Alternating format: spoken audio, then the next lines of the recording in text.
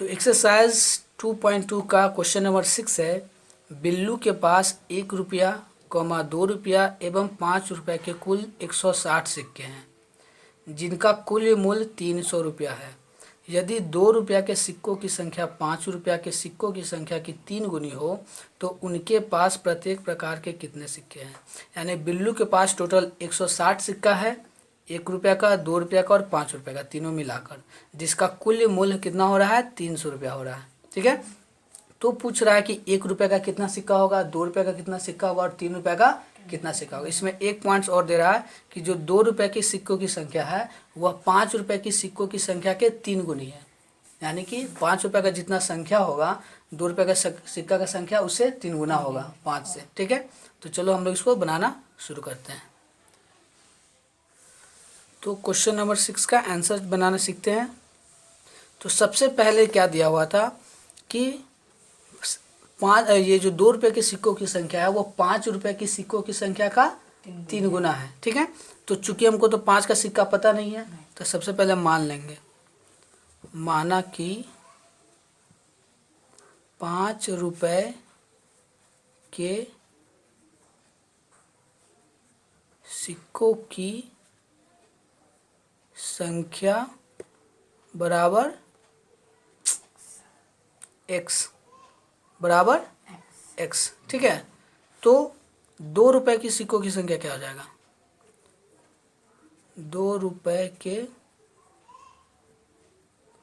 सिक्कों की संख्या, प्रश्न से क्या बोल रहा था कि जो 2 रुपये की सिक्कों की संख्या है वो 5 रुपये की सिक्कों की संख्या का 3 गुनी है। तो 5 रुपये का सिक्का हमारा x है, इसका 3 गुना यानी 3 से गुना करना पड़ेगा, यानी कितना आ जाएगा 3x। ठीक है, अब हमको निकालना 1 रुपये के सिक्का की संख्या, क्योंकि 1 रुपये का भी दिया हुआ है। तो क्या हो जाएगा, चूंकि कुल सिक्कों की संख्या कितना है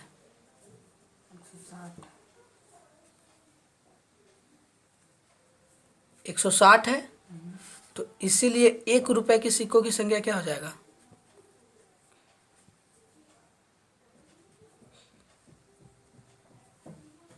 सिक्कों की संख्या, 1 रुपये के सिक्कों की संख्या क्या हो जाएगा। तो 2 रुपये का हमको पता है, 5 रुपये का पता है, इन दोनों को जोड़कर 160 में घटा देंगे तो आ जाएगा। यानी 160 माइनस इन दोनों को जोड़ो 3x और ये 1x, कितना हो जाएगा 4x, इतना हो जाएगा। तो ये हमारा 1 रुपये का सिक्का का संख्या पता चल गया। ठीक है, अब हम लोग प्रश्न से देखते हैं क्या कि तीनों सिक्का का जो मूल्य है जोड़ने पे कितना आ रहा है 300 रुपया। अब जैसे मान लो क्या कि 10 रुपये का 5 नोट है तो टोटल मूल्य कितना हो जाएगा, कुल मूल्य कितना हो जाएगा 50 रुपया। यानी जो संख्या दिया रहेगा और जो रुपया रहेगा उन दोनों को मल्टीप्लाई करना पड़ेगा।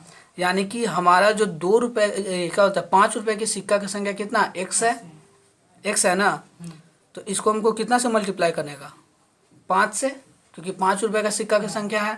ठीक है, प्लस 2 रुपये के सिक्कों की संख्या कितना है 3x है, तो इसको हमको 2 से मल्टीप्लाई करना पड़ेगा, है ना, और प्लस 1 रुपये का सिक्का की संख्या कितना है 160 माइनस 4x है, तो इसको 1 से गुना करना पड़ेगा। तो ये 5 रुपये का मूल्य आ गया, ये 2 रुपये का आ गया और ये 1 रुपये का मूल्य आ गया टोटल। ठीक है, और तीनों को जोड़ने पे कितना आ रहा है 300।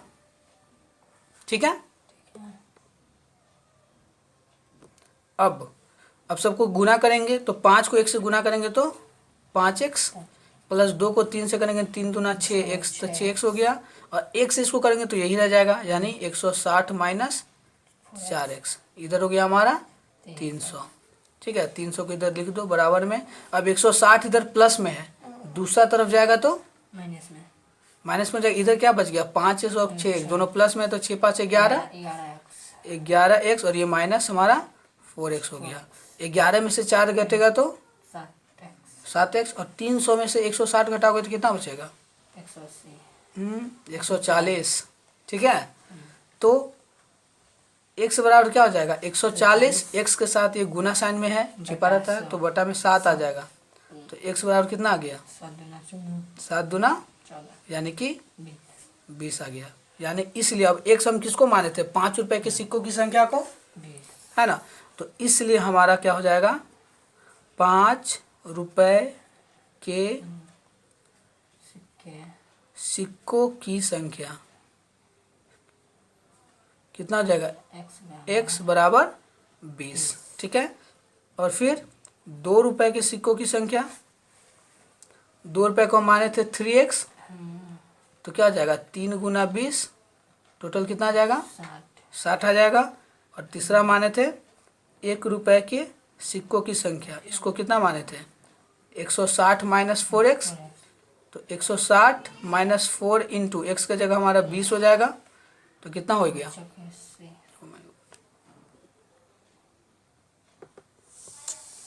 तो 1 रुपए की सिक्कों की संख्या क्या हो गया 160 माइनस 4x। ठीक है, यहाँ पे माने थे ना, तो इसके हिसाब से 160 माइनस 4 इंटू 20, एक्स का 20 हो जाएगा, तो 160 माइनस 20 चौके हो जाएगा 80, 160 में से 80 घटाओगे तो 80 आएगा। यही हो गया तुम्हारा आंसर।